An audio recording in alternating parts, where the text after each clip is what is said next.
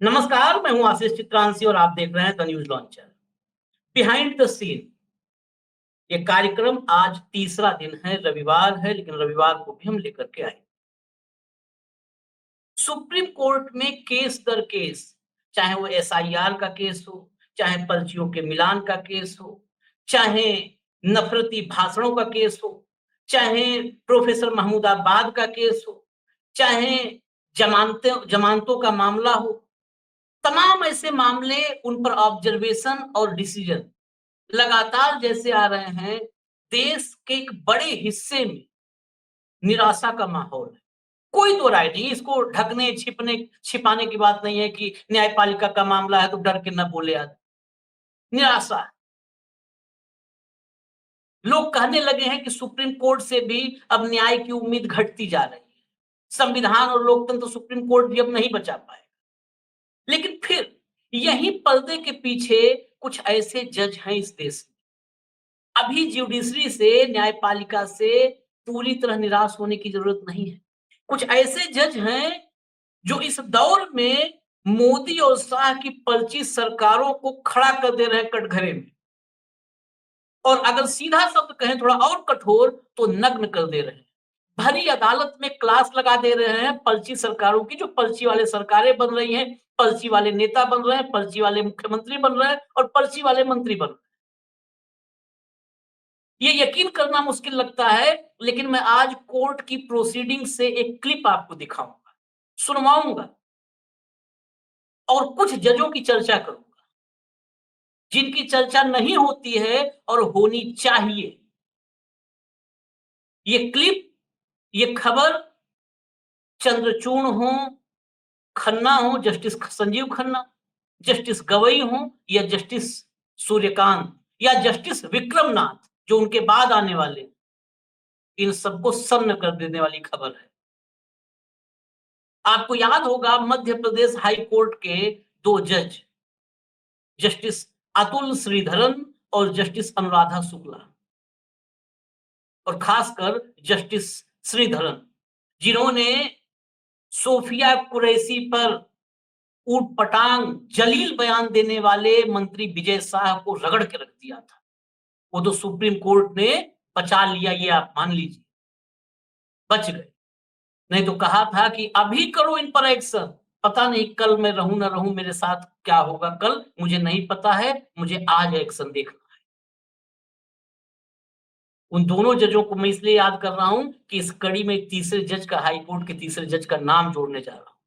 ये नाम है नैनीताल, जो उत्तराखंड हाई कोर्ट है, उत्तराखंड हाई कोर्ट के जस्टिस राकेश थपलियाल का नाम है।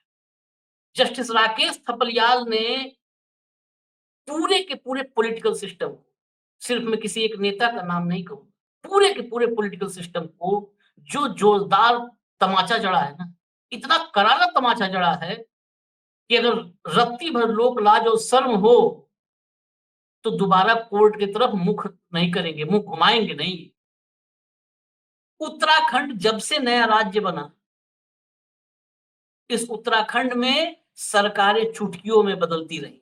मुख्यमंत्री 5 साल एक ही पार्टी की सरकार हो तो भी दो दो तीन तीन मुख्यमंत्री बनते रहे।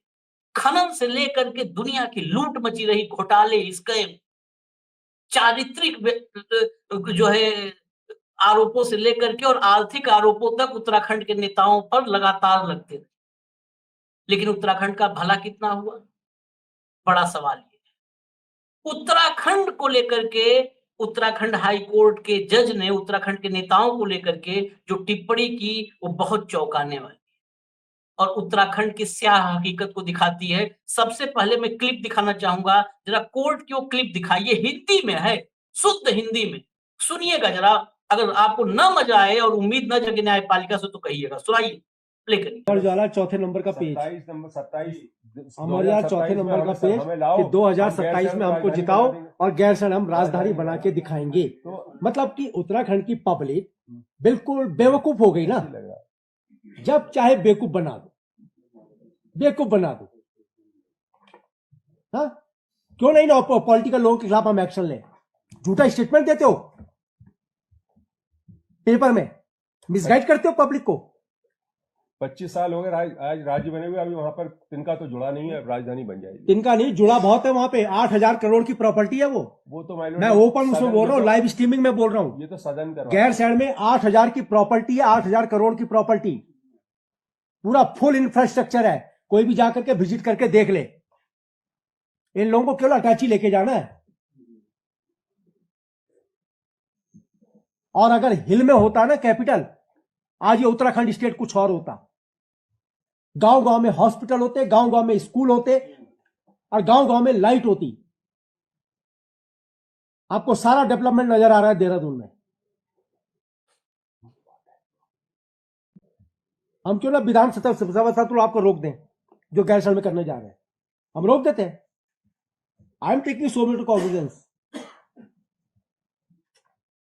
एक मेरा हम्बल सबमिशन है, मेरे खिलाफ 3 दिन के लिए आप विधानसभा करोड़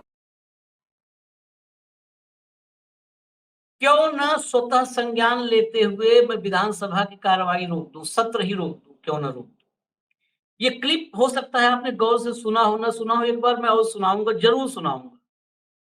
हो सकता है आपका मन हो देखने का ना हो, लेकिन मैं सुनाऊंगा। ये बड़ी उम्मीद, ये क्लिप देखने के बाद आज बिहाइंड द सीन्स इसके अलावा बहुत पॉलिटिकल खबरें हैं, यहाँ वहां बिहार के चुनाव में, एसआईआर में, लेकिन ये खबर इतनी इंपॉर्टेंट है जो आपको और हमको इस लोकतंत्र में एक नई उम्मीद की किरण जगाती है कि ऐसे ज्यूडिशरी में भी जस्टिस बैठे हुए।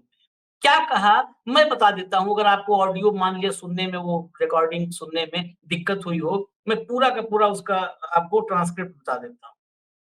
जस्टिस थपलियाल ने एक अखबार की खबर का रेफरेंस लिया और कहा 2027 में जिताओ, हम गैरसैंण में राजधानी बना के दिखाएंगे।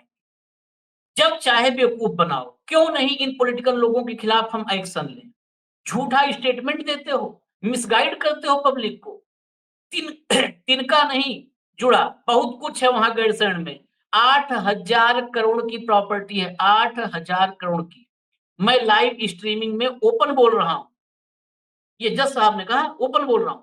गैरसैंण में 8,000 करोड़ की प्रॉपर्टी है, पूरा इंफ्रास्ट्रक्चर है, कोई भी जाकर विजिट करके देख ले। इन लोगों को केवल अटैची लेकर जाना है, ये नेता जो चाहते हैं, सिर्फ अटैची लेकर जाना है। अगर हिल में होता है ना कैपिटल, तो आज उत्तराखंड स्टेट कुछ और होता है। गांव गांव में हॉस्पिटल होते, गांव गांव में स्कूल होते, गांव गांव में लाइट होती, लेकिन आपको सारा डेवलपमेंट नजर आ रहा है देहरादून में। 3 दिन के लिए ये चल देते हैं, 3 दिन के लिए वो सत्र होता है ना, वो मौज मस्ती टाइप में फीलिंग आती है। 3 दिन के लिए अटैची उठाते हैं और गैरसैंण चले जाते हैं। गैरसैंण में खाना पूर्ति के लिए किए जा रहे विधानसभा सत्रों पर जस्टिस थपलियाल ने कहा, वही जो मैंने कहा 3 दिन के लिए चल देते हैं, आप गैरसैंण में जो विधानसभा सत्र कर रहे हैं, हम चाहें तो उसे भी रोक सकते हैं। जब तक ठोस नीति और इच्छा शक्ति नहीं दिखती, ये सब दिखावा है।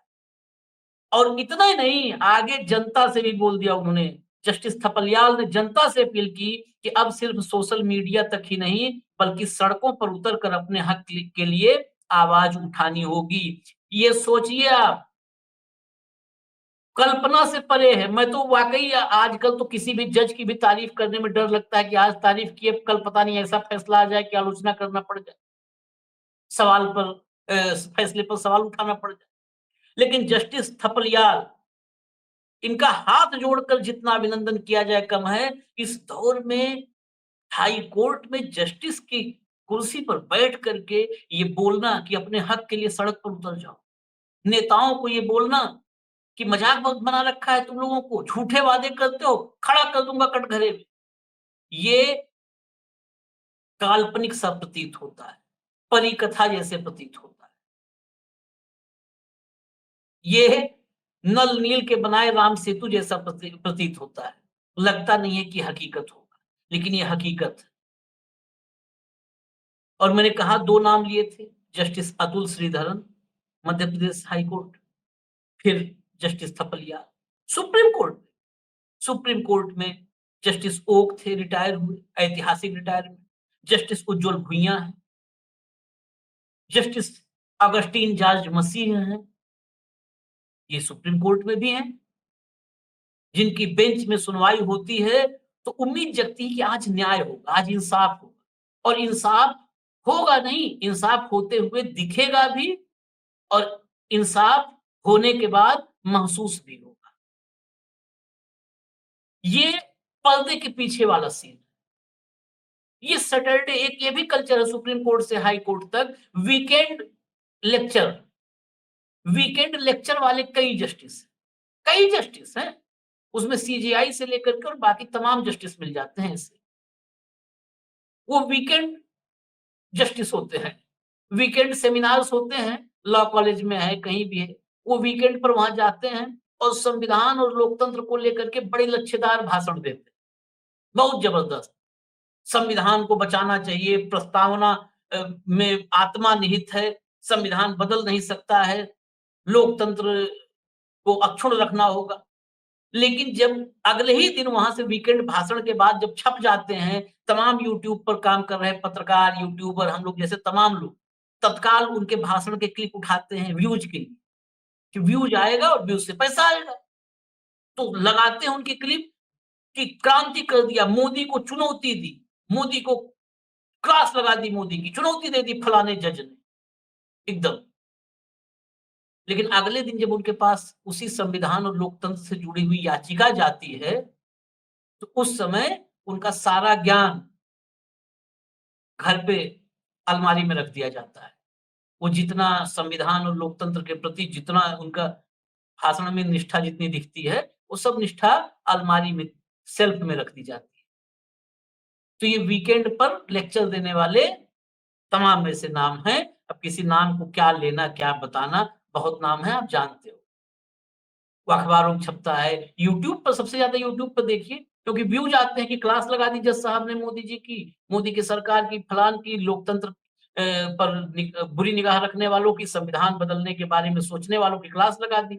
तो जो भी लोकतंत्र और संविधान में आस्था रखने वाले लोग हैं, उनके मन में उत्साह जगता है, वो देखते हैं, व्यूज आते हैं तो पैसा आता है।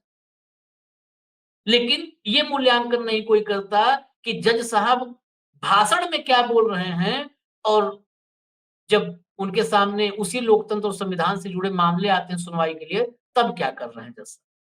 दोनों में फर्क दिख जाता है साफ-साफ।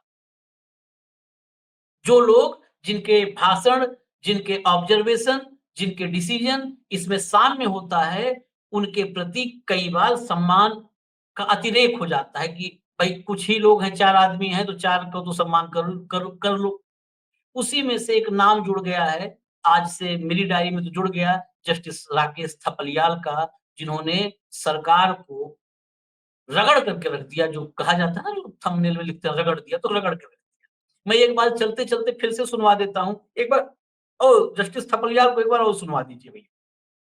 वाला चौथे नंबर का पेज, 27 हमारे यहाँ चौथे नंबर का पेज कि 2027 में हमको जिताओ और गैरसैंण हम राजधानी बना के दिखाएंगे।